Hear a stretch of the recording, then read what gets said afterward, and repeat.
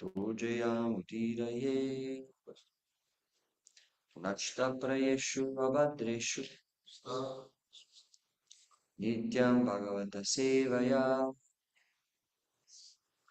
Bhagavati Uttama Shloke Bhaktir Bhavati Naishtiki.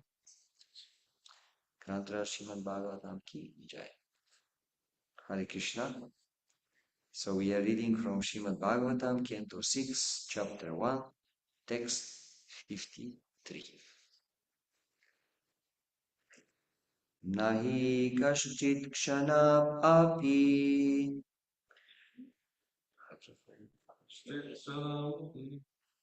Okay.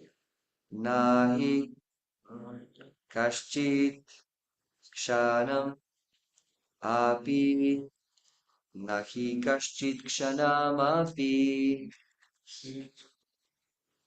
Jatu tishtati akarma krit. Jatu tishtati akarma krit. Jatu tishtati akarma krit. Karyate hi avasha karma. Karyate hi avasha karma. Karyate hi avasha karma. Gunai swabhavikair balat. Gunai swabhavikair balat. Gunai swabhavikair balat. Nahi kaschit kshanavapi jatutishtati akarmakri. Karyate hi avasha karma. Gunai swabhavikair balat.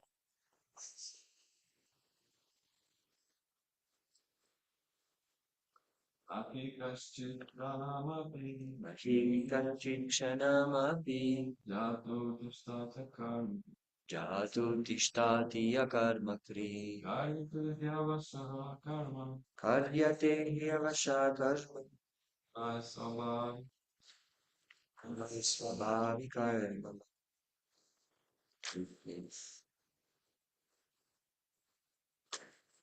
Nahi kaschit kshanamapi jatu tishtati akarmakri. Karyate hi avasha karma. Gunai swabhavikair balat. Someone wants to try? Nahi kaschit kshanamapi jatu tishtati akarmakri.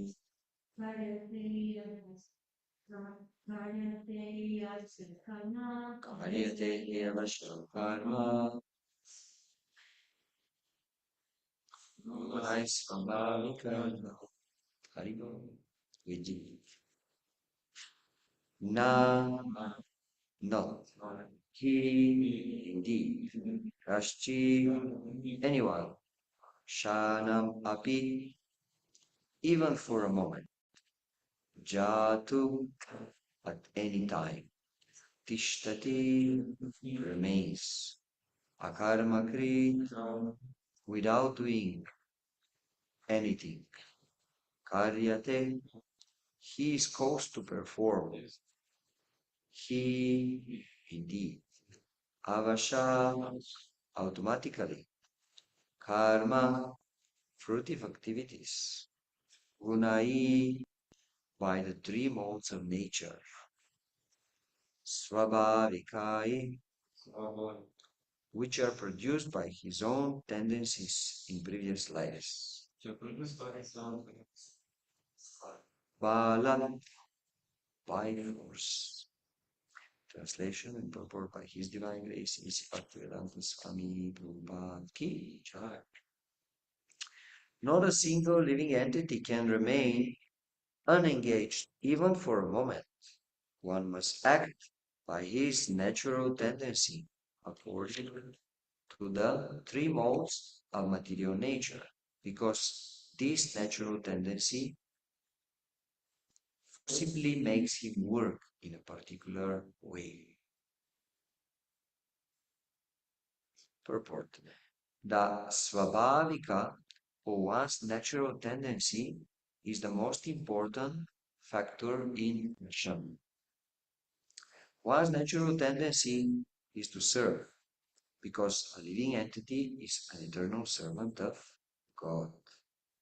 The living entity wants to serve, but because of his forgetfulness, his relationship with the Supreme Lord, he serves under the modes of material nature and manufactures various modes of service, such as socialism, humanitarianism, and altruism.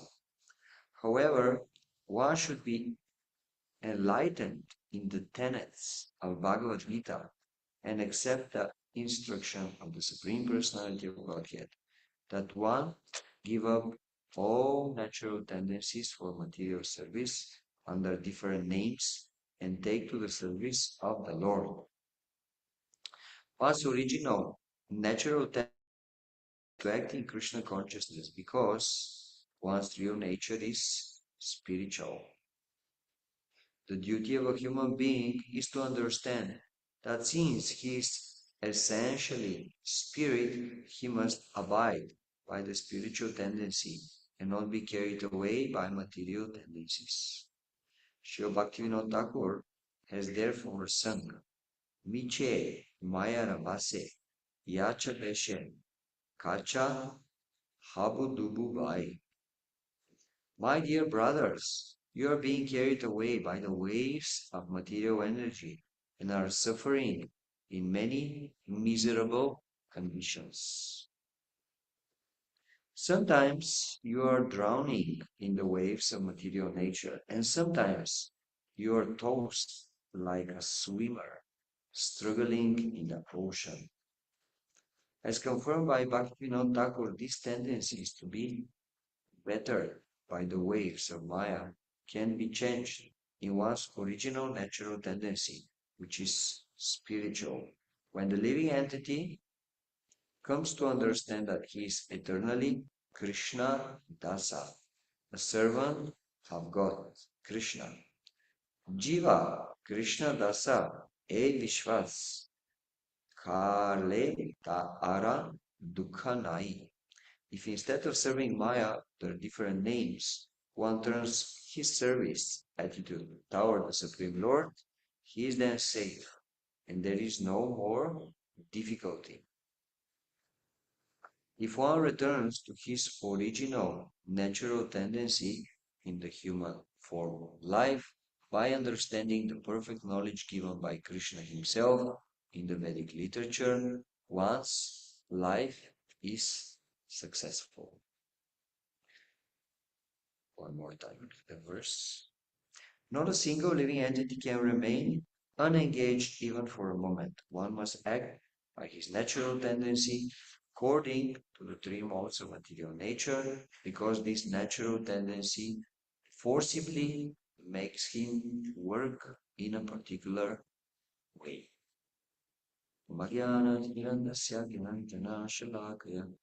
Chakshurmilitam yena tasmai Shri Gurave Namaha. Jai Shri Krishna Chaitanya Prabhu Nityananda Shri Advaita Gadadhar Shivasadi Gaura Bhakta Vrinda Hare Krishna Krishna Krishna Hare Hare Hare Rama Rama Rama Hare Hare Panchakautra Vishchakasindya Chatantanpani Vaishnava Hare Krishna. So I didn't know that you were on the beginning of sixth canto of Bhagavatam, because coincidentally we had the same topic on our retreat. So yeah, it's interesting. Yeah, so basically here in the beginning of this first chapter of Srimad Bhagavatam, Parikshit Maharaj asks a question. Why is that? Because in the previous cantos, Shukadeva Goswami was describing the proper or the pious way of action and what will be the result from it. But then at the end of fifth canto, the previous canto, he describes that if the living entity is not acting according to the laws of God, according to the rules and regulations of scripture, there will be consequences, there will be some punishments. And he described very elaborately all the hellish planets.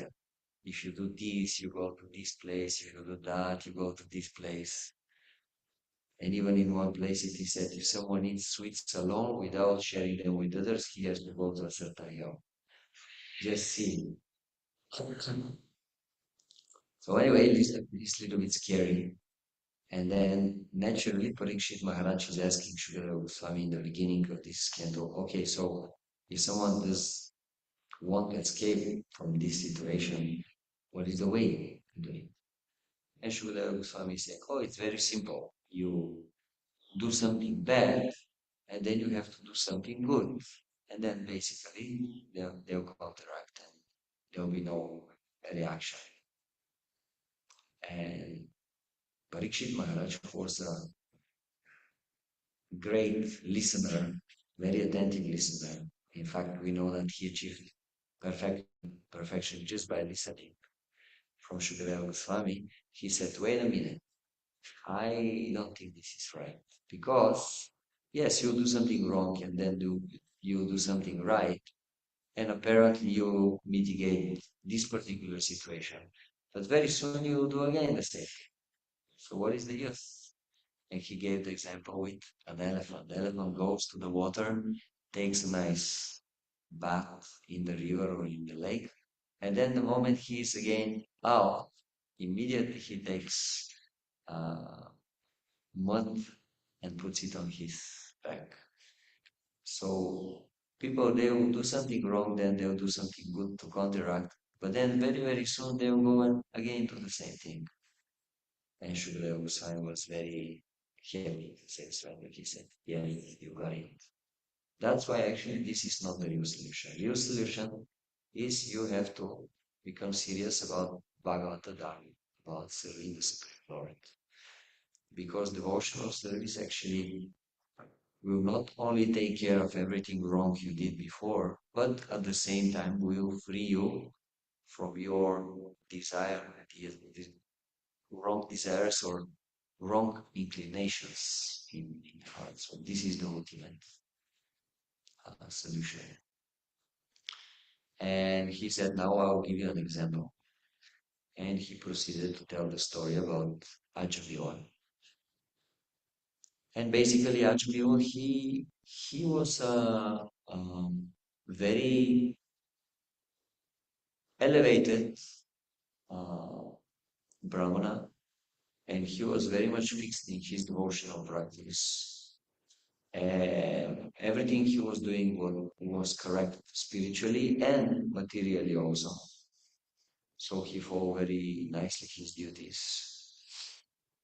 But then it is explained how suddenly he had to go to the forest to collect some things for performing sacrifice, yagya, and suddenly he saw uh, how a very low-class person, Shudra, was engaged in embracing and kissing a prostitute, and suddenly the very deep desires for material sense gratification, which were still in his heart, they actually appeared again. So it's like an example how he was advanced and he was engaged in pious activities, and undoubtedly also some bhakti was there. But still, it was not enough. The these desires, they were still in his heart. And it is explained that he, for a very short time, he broke all the uh, pious way pious ways of action in human society. Uh, First, he took the prostitute as a servant at his home, but gradually he started associating with her more and more. And the things escalated so much that at some point he left his extremely young and beautiful and pious wife, and he started living with this prostitute. And even later, when his parents became old, he neglected the service, the help to his parents, just because he was so much involved in this relationship. And in order to maintain his household affairs, at some point he started cheating people, stealing from people. So he did all kinds of bad things in his life. Now his good fortune was that because of everything he did before entering into this difficult situation, because of this pious activity, he gave a great name of his last son, and the name was Narayana. Yes, that was his good fortune. And being engaged with the kid, he would always chant, Narayana, come here, Narayana, don't do this, Narayana, come to eat with me, Narayana, let's go to sleep. So Narayana, Narayana, Narayana, Narayana, so many times. And gradually he started becoming again purified. And still, because of the wrong things he did, at the moment of his death, he was 88 years old. Suddenly the Yamadutas appeared and they were ready to do their job. It is explained in Bhagavatam that they have a set of ropes and with them they can take out the soul from the body and bring it to Yamaraj. Yamaraj is the person who knows everything apart from uh, Krishna or Vishnu. There are other great personalities that basically they know everything about this world, about this universe. Such person is Brahma, because the whole universe is like the body of Brahman, the way how we are conscious about our body. Yes, we immediately feel if something is wrong somewhere. So in the same way, Brahma is conscious about the whole universe. Another great personality, Shiva, he also knows what's happening in the universe, because Shiva is practically almost not different from Paramatma. He is and he is not at the same time. And then Yamaraj also, he is especially empowered by Krishna because he has to know everything that is happening in the life of the living entities. Otherwise, how you're going to give correct judgment what will happen in their future. So they were ready to do their duty and bring him to Yamaraj. And then he, because his main predominant attachment in life was to his son, he started calling Narayan, Narayan, Narayan. And then Vishnu disappear to counteract the situation. One important thing we can get from this part of Bhagavatam is that it is very, very important what we are doing throughout our life, because whatever we are doing, most probably it will be very easy to remember this thing, to think about this thing at the end of our life. So if we are very seriously engaged in devotional activities, it will be easy to remember uh, Krishna. If we are predominantly engaged with other things, it will be more difficult. If it's 50-50, it will be 50% easy. So the more we are ready to uh, engage ourselves in activities connected with Krishna, the easier it will become to remember Krishna. And there is no excuse for anyone. Someone may say, oh, it's easy to say this because you are brahmachari, you are living in the temple, and they force you to get up for Mangalarati, and you have to study Shastra, and you have to do direct devotional service. Yes, that's definitely there. That's a great benefit. If someone is living in a temple or in a devotional community, it makes it much easier. But let's say even if you are living at the end of the world, still one cannot use this as an excuse. Oh, I'm in such a difficult situation that I cannot be Krishna conscious. No, it's not like that.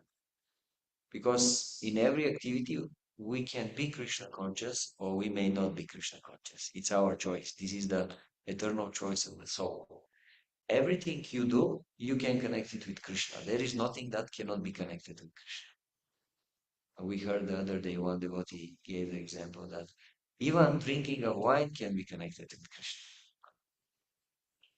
Just imagine. I mean, it does not mean that devotee should drink wine, but it means that if someone is in this situation anyway, still he can become Krishna conscious. So there is no excuse. We can take the example of Arjuna. Arjuna was a fighter, and suddenly he was in this awkward situation. He had to fight against his closest people in life. Can you imagine? Suddenly you have to, there will be a war, and your brothers, your cousins, your grandfather, your guru, suddenly they're on the other side, and you have to fight now, and you have to kill them because this is what you know to do. You know to kill. So it's really extreme situation, isn't it? Very intense. So nobody can say it as an excuse. Oh, wait a minute, I'm in a very, very difficult situation. Actually, my situation is unique. It's so unique that Krishna consciousness cannot be applied. No, Arjuna's situation was unique. Nobody is in such an extreme situation. And Krishna put him in this extreme situation only so that nobody can give it as an excuse after that. And still, although he was in this difficult situation at the end, after hearing Bhagavad Gita, he said, yes, Karishe Vachanam Tava. Now I'm ready to do whatever you want me to do, Krishna. Before that, I was trying to speculate. I was trying to use my intelligence to understand what is the best thing for me. But now, after hearing Bhagavad Gita, I understand, no, wait a minute. The best thing to do is what Krishna wants me to do. This is the best for me, this is the best for everybody else. And he went away. He started fighting. And he was Krishna conscious at the same time. So everything we do, we can be Krishna conscious. And this verse today, particularly, he is speaking about this idea that uh, although we are transcendental, we are spiritual living entities eternally connected with Krishna, and we are meant to do loving devotional service to Krishna, which is our ultimate goal in life, and it's our highest duty, most important duty, our eternal duty. Still, because now we are in this material world and we are conditioned by what or by whom? By the three modes of material nature. Yes, so material modes of material nature, they are having full control under us at the moment, or let's say 99%. And we are helplessly forced to do things in this world. And sometimes we think, oh, wait a minute, I have freedom, I can decide what I want to do in my life, I can take decisions, I can choose my way of life, I have my own opinion. Uh, it's not exactly like that because our opinion, our faith, our place where we would like to live, our food that we like to eat, our association, all these things actually they're already uh, predestined by the three modes of material nature. Because we are here in this situation influenced by a very particular combination of these modes, and these modes actually they create everything about our external world, about our body, about our mind, what are the things we like to do, what are the things we don't like to do, all these things. And that's why this verse is saying, Everyone is, let me just say exactly, not a single living entity can remain unengaged even for a moment. One must act by his natural tendency, according to the three modes of material nature, because this natural tendency forcibly makes him work in a particular way.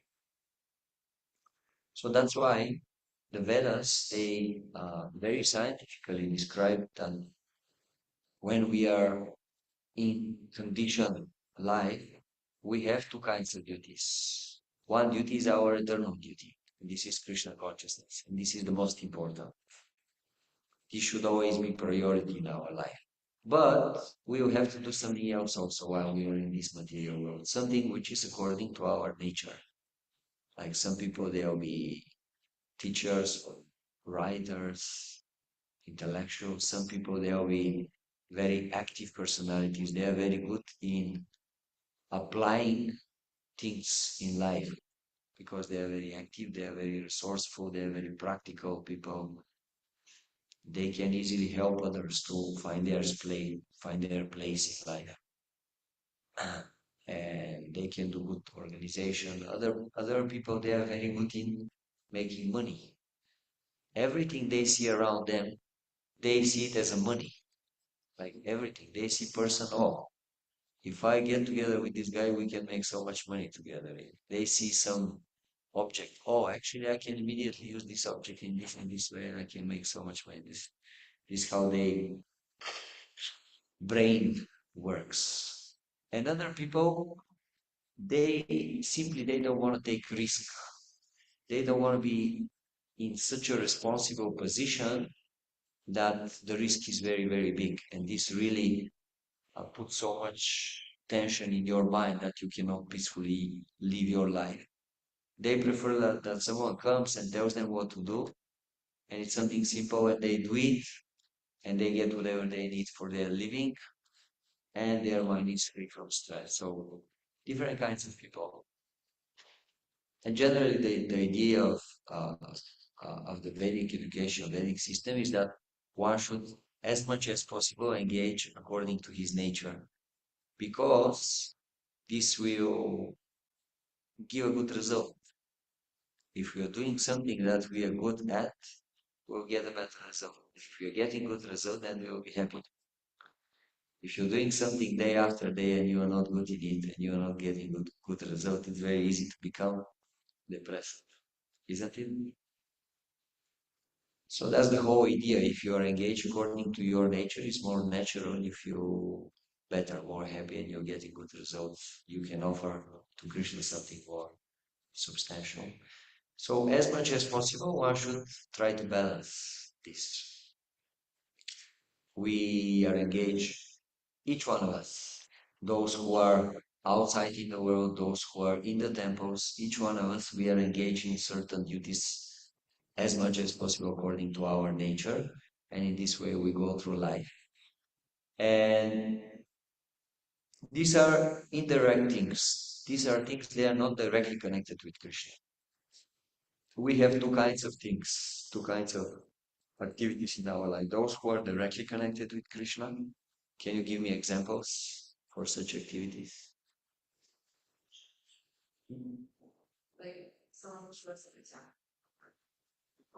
Puja. Okay. Yes. Directly connected to Krishna. What else? Bhagavatam class. Yes. Directly you're talking about Krishna. What else? Chanting. Yes. Directly connected to Krishna. What else? Preaching. Prasadam. Yes. All these are directly connected with Krishna activities. So these activities with them is very easy because they are already devotional service and they already will give you spiritual benefit. And if you do them consciously, that this is devotional service, you're doing it for Krishna, you get even more benefit. But even if you're doing them and you're a little bit, as we have the Bhakta jargon term, spaced out, even if you're a little bit spaced out, meaning you are doing the things for Krishna, but you're not really conscious at the moment you're doing it for Krishna. Still you get the direct benefit that you're doing devotional service for Krishna. So that's the great asset of direct devotional service. But now we have other activities in life and they are not directly connected with Krishna. And everyone has them. It's not that, okay, only, let's say, family people have them because they have to go outside and work. Brahmacharis have them, sannyasis have them. Like, for example, we have to take shower. Shower is not like Rupa Goswami in Nectar of Devotion. He's not saying, okay, one of the 64 activities, yes, angas of bhakti is showering for Krishna. It's not like that, or washing your teeth, or starting the car, or whatever, to do something. So these activities on their own, they are not they are not direct devotions. So let's say going to work to do certain job to make some money. Directly, generally it won't be uh, the direct devotional service. But if we are doing these things and we are connecting them with Krishna, they become devotional service. Like, for example, shopping on its own is not the direct devotional service. But when you shop so that you can go and you cook and you offer things to Krishna, all these activities actually they become devotional service. You go and you make money. Well, generally making money, most of the way how you make money, it won't be direct devotional service. Like you, let's say, go in a company and work something, so and so on. But if you get this money, basically you get the results from your hard work. And you, let's say, go and you buy some boga and you cook for Krishna and you offer to Krishna, all these things they become connected to Krishna. If you shower and then you go and you do spiritual activities, the showering also becomes spiritualized, becomes spiritual activity. So in this way, actually, everything in our life can be connected with Krishna. And the more we connect the things with Krishna, the more it will be easier to remember Krishna. And we know this is the goal of life. Yes? Is it? What is this famous verse? That one should always remember Krishna and never forget him. It is said that all the different rules, all different regulations in Shastra, they are meant only for these two. They are the servants of these two rules. So everything we do in life, it doesn't matter if it's direct or indirect activity, should help us to remember Krishna. This is the idea. And then the idea of the Vedic system that is gradual, you start from like most of us were not as fortunate. But generally, the idea was even when you are very, very young, you will start with being educated in proper lifestyle, materially and spiritually, like being a brahmachari for some time. Then one can enter the household life, and then generally he'll start being engaged in many different activities. And then gradually, at some point, you minimize your activities which are not directly connected with Krishna. And you start being engaged more and more in direct activities connected with Krishna. And then, ideally, at the end of life, you are engaged only in direct activities. That's it. You don't need anything indirect. I mean, you take shower, you brush your teeth, but basically speaking, you adjust your life in such a way that you are very, very close to Krishna. You are very close to the devotees, very close to Bhagavatam, opportunity to chant all the time. So it will be even easier for your mind to connect everything with Krishna. Uh,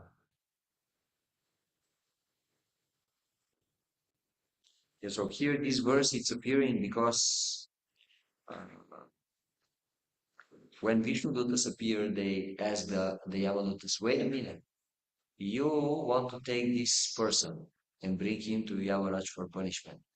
But are you sure that you yourself you understand actually the who is sinful and who is pure, who is spiritually pure? They said, yeah, we have heard so many times from Yamaraj. It's very clear. If you follow Shastra, if you're following the Veda, that means you're pious. and you don't have to go through punishment. You don't have to suffer. But if you don't do that, if you don't follow your duties according to Shastra, that means you are wrong. And if you go a little bit to Bhagavad Gita again, we'll see Arjuna is giving actually the same argument to Krishna. He's saying to Krishna, wait a minute, Krishna, why do you want me to take part in this ghastly warfare activity? You know how many people will be killed? Do you know how many sins will come from this? We'll take them. I don't want to take all this on my shoulders. And then what is the argument of Krishna? He's saying to Arjuna, no, no, no, you don't understand actually. You don't understand. If you don't do your duty, then you will get sinful reaction. If you do your duty, you won't get sinful reaction. And Srila Prabhupada, one purport, he's giving the example of a soldier who goes and fights and kills so many, many, many people. But because he's doing it because of the order of a superior person, the general of the army, he doesn't get any sinful reaction. Actually, he is getting a special recognition from the government. But then, if this same person refuses to go and fight, if he's soldier, what will happen? During the war, if you refuse to fight and you're a soldier, what will happen? You're a criminal, they will put you in the jail. So this is the example that Krishna is giving to Arjuna. He's saying, no, no, no, you got it wrong. If you don't fight, then you actually get a sinful reaction, that you're not performing your duty. And of course, a little bit later, we will hear how the Vishnu Dutas, they will explain to the Yamadutas, okay, you got it right. In a sense that yes, if someone is doing what Shastra is saying is good, if someone is not doing it is bad, and he's getting a simple reaction. But you are ignorant of the fact that Shastra is giving two kinds of duties. Not all the Vedic scriptures are dealing only with transcendental duties, with our highest duties. Actually, most of the Shastra is speaking about our material duties. Traigunya Vishaya Veda Nistraigunyo Bhavarjuna. Bhagavad Gita, Krishna is saying to Arjuna, actually, most of the Vedas are dealing only with material subject matter. So rise above that, go to the transcendental spiritual instructions of the Vedas. So they are saying, yes, maybe you are wrong from the perspective that yes, Ajamila throughout his life he was not following all these mundane uh, rules and regulations of the Shastras. From mundane morality point of view, he was breaking all these rules and regulations. And yes, we agree. From this perspective, he may be punishable. But actually, he raised himself to the higher principles of Shastra. He even unconsciously understood what is the most important thing to do, to perform devotional service of the Lord. And the best way to perform devotional service is chanting the name of the Lord. So now he is not anymore punishable. Later they'll make this, they'll stress this point. And even Yamaraj, when the Yamadutas goes to him, he will also make the same point. Devotees of the Lord, even if they do something wrong, they are not punishable. You don't have the authority to go close to them and to bring them to me for punishment. Don't dare to go even closer to the devotees of the Lord. They are special personalities. So someone who is trying to follow the path of bhakti, the path of Krishna consciousness, even if he is still doing some wrong things accidentally, or he in such a difficult situation, sometimes socially it happens that he has to do something which, from a social perspective, it's wrong. Still, he should be considered saintly, completely dedicated to Krishna. And Krishna is saying, Bhagavad Gita, uh, he putting very strong emphasis on this. He is saying to Arjuna, Sadhureva, this is my order. I order you. You have to see the devotee in such a way, even if still he's doing something a little bit improper according to social custom. Don't criticize him. If you see Joe overeating on the Sunday feast, eating 45 gulab jamuns, don't criticize him.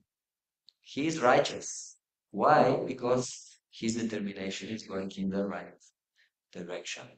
He's really trying himself to become a real son, saintly person.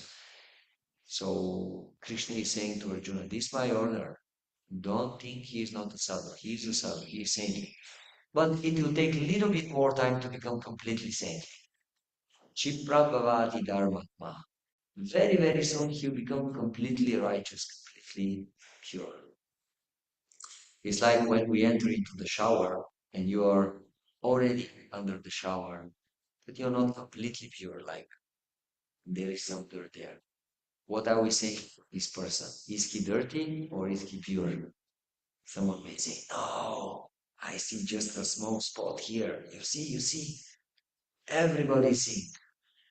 But no, because he's under the shower. That means just a question of very short time that he'll become completely pure. So this is the point of the Vishnudutas. This person, he became engaged in the right devotional service of the Lord. That means you don't have any more authority to take him to Yamaraj. This is the point of the Vishnudutas. Hare Krishna. Do you have any question? Yes. Thank you so much for the class. Thank you. Question? Yes. Connected to Arjuna, how you were giving an example or being in such a difficult situation, speaking to Krishna, and oftentimes people say that they kind of like make a parallel between us and Arjuna. But I think that it's not really fair because first of all, when Krishna is telling how to Arjuna, he told him like the reason why I'm sharing this is because you have no envy to me. You're already my dear friend and my devotee. I'm not a devotee of Krishna, so it's very hard for me to kind of like see myself and apply what was suggested to Arjuna in my life because I'm not there in the first place. So yeah, I don't know. I just feel sometimes very like frustrated when people like talk about Arjuna as they're like a companion. So sorry, but if you can just talk a little bit about that, how can we? It is difficult to compare our lives with Arjuna because it looks like Arjuna, he is the great person, like associated with the Lord and spiritually very elevated, and we are nobody. We have envy in our hearts for Krishna. We are not devotees. Can you say Hare Krishna? Can you say? Now you're a devotee. I mean, according to the authority of the Vishnu Dutta, Ajamila, he said one time Narayan, okay, maybe. Yeah, actually, there is like in the presence of Srila Prabhupada, someone was telling this story of Ajamila. And he said, and then Ajamila said 3 times, Narayan, Narayan, Narayan. And Srila Prabhupada said, what is that? 3 times? Not 3 times. One time. One time. Just to show how powerful is the holy name. So you said Hare Krishna, now you are devotee. Now no excuse. Now Bhagavad Gita is for you. But the point is,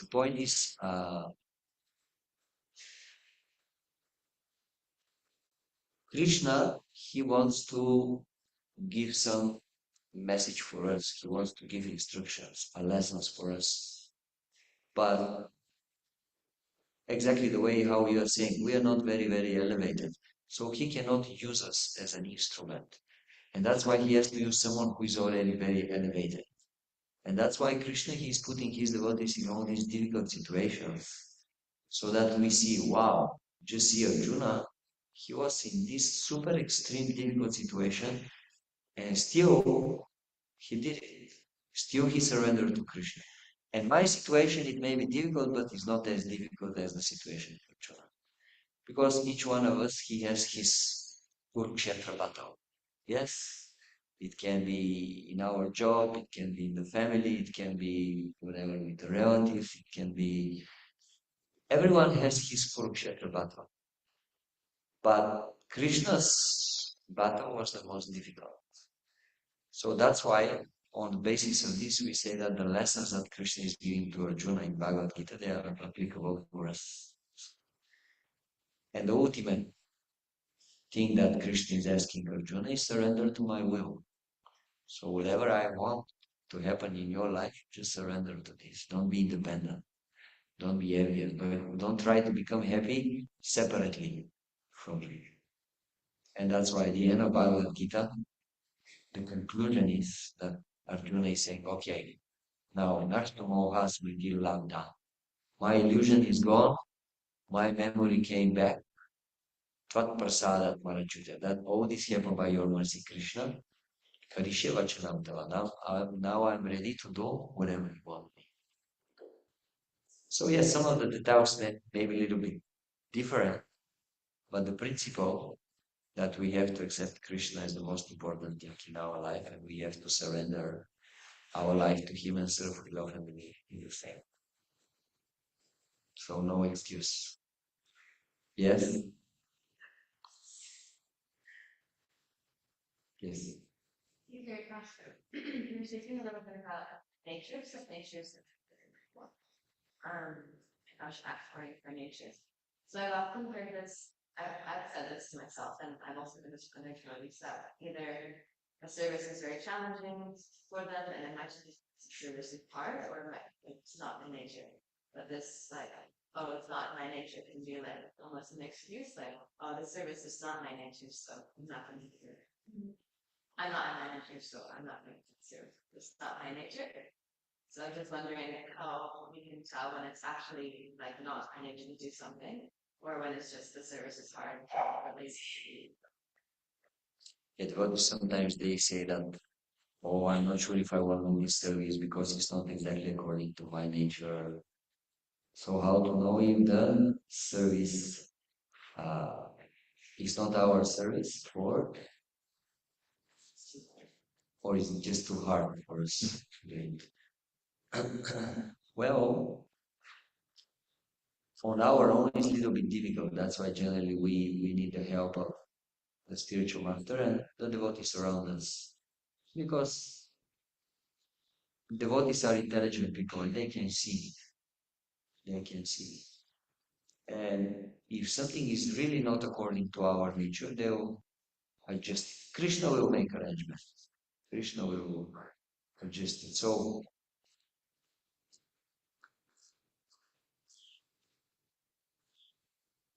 one realization I have last whatever few months or something is that if you are in a difficult situation, try to tolerate as much as possible. And if it's really difficult for you, Krishna will make adjustment. Soon Krishna will make adjustment. Why? Because Krishna is not a cruel person that wants to torture us. Neither our Guru Maharaj, neither the devotees. Oh, they are merciful. But sometimes it may look like to us from our perspective. Oh, everyone is so cruel with me, so bad with me. I asked one time, he's calling a Jayalveta Maharaj. Why heard is coming soon here. So you can ask him directly. But I asked him, so how does it go? Like sometimes I'm hearing devotees should engage according to his nature, but sometimes there are other devotees they are saying, no, actually we should engage in the most difficult thing, which is not according to our nature, so that we completely surrender. Like pure devotee. And then he said, no, generally the spiritual master, he will engage the disciple according to his nature. Because that's easy, that's natural. But definitely there will be a moments where the spiritual master will ask the disciple to transcend it, to do something beyond, something which it looks very difficult, something outside of his comfort zone. Then the disciple should be ready to do this also, because these are the moments that we really surrender to the spiritual master. If everything is like very nice, according to our whims and desires, according to our nature, well, surrender becomes a little bit more difficult. So moments of push are needed. And this is the job of the spiritual master. The moment we become very comfortable in one level of devotional service, he is giving us a very gentle kick. Okay, now it's time to go to the next level. Oh, Guru Maharaj is so painful. No, no, no, I'm so attached. I was doing this service for such a long time. No, no, no, I don't want to leave this service. Yes, you have to make next step in spiritual life. Like the Amrita Maharaj, he's calling the Amrita Maharaj, he likes to tell his story, his personal spiritual life, how he was a Sankirtan leader for a long time, and he was hardly doing any books, although he was the Sankirtan leader. Everyone else was doing more books than him. And still he was very determined to go on with this service. And he was saying in one class, and you know what? I was hating this service, but I was very determined to love it. And I was hating it, and still I was very determined to love it. And then after some time, the miracle happened. Krishna gave him such a strong taste for Sankirtan. The book started flying, and he said, "That's it. The perfection. Great. Nice. Thank you, Krishna." And then he became sick and he had to change his service. He said, "No, after such a long time, so much endeavor. It just happened and now suddenly I have to go to another service." It's something similar happened to me also. For many years, my spiritual master asked me to go and study in Mayapur, and I was studying, studying, studying, and I didn't like it at all because I don't consider myself like an intellectual guy. I prefer to do something like all these student books, make by myself. But he pushed me to go and study. It was so difficult. Sometimes I was crying on the shoulder of the devotees next to me. Why he's pushing me to do these things? And then at some point it started getting more and more easy, and then it became very natural. And then I was okay. I did my duty, Haribon. Now I can do whatever I like. And then he just called me one day. And he said, "You know what? You know what? We have this huge project in New York. Please come and join me there." And that was it. My piece out of the window. Grandra Srimad Bhagavatam ki jai, Srila Prabhupada ki jai.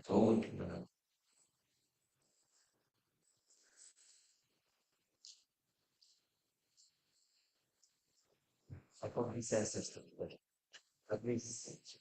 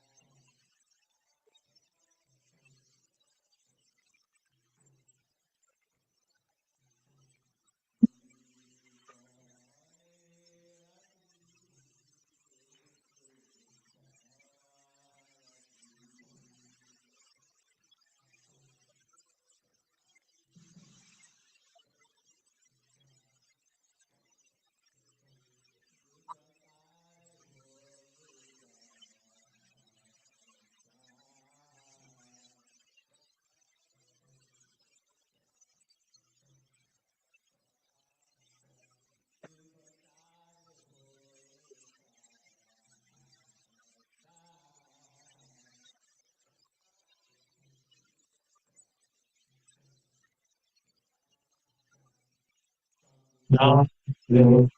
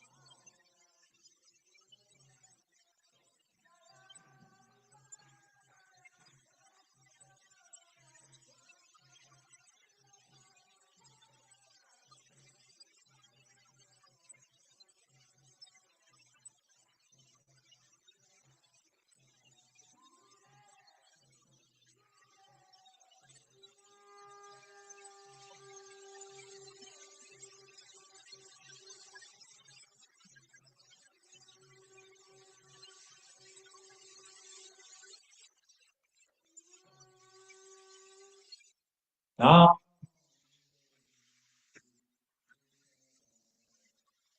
Krishna Prasthaya Purari Srimad Bhakti Vijaya Swami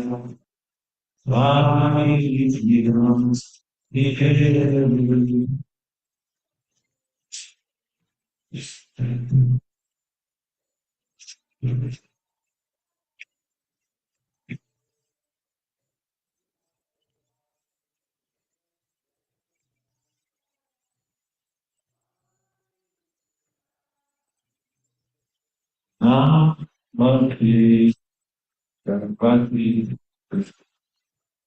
Gauravam Vivekesha Yogyavaki Bharatapyatapami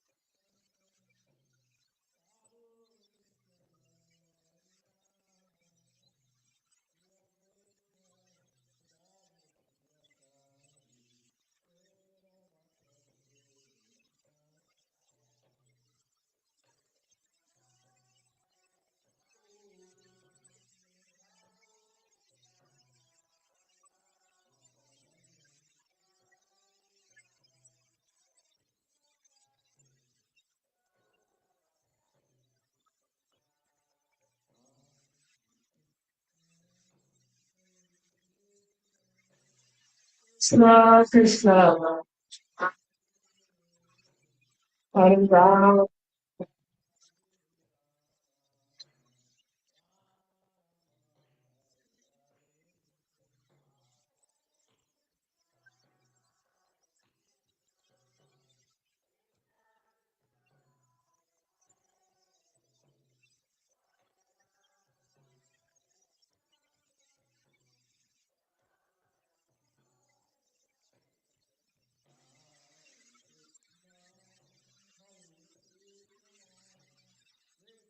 Krishna Hare Rama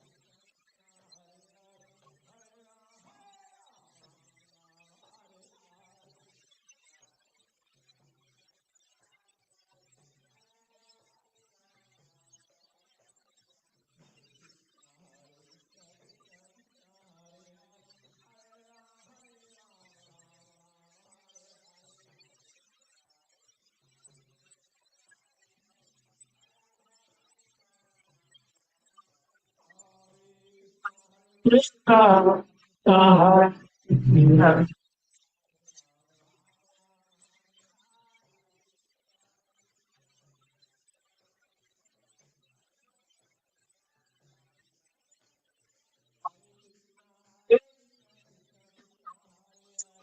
Hare Rama,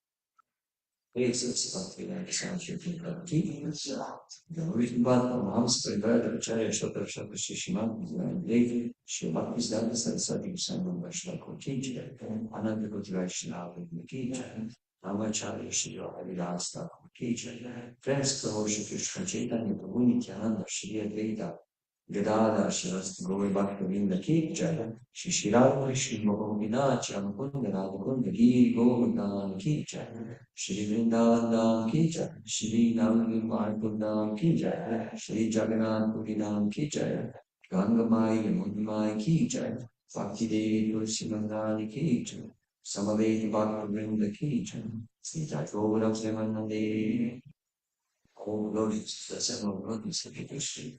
All glory to the seven lives of Krishna. All glory to the seven goodness of Krishna. Glories to the Rana of Krishna. The Rana means easy, but in that there's no issue about he.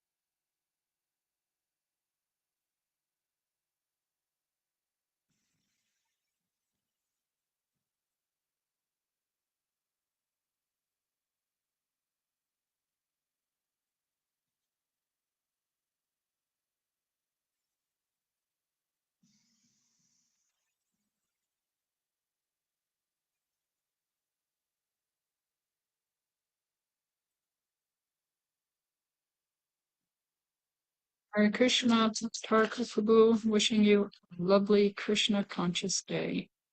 Hari Bol. Thank you. Any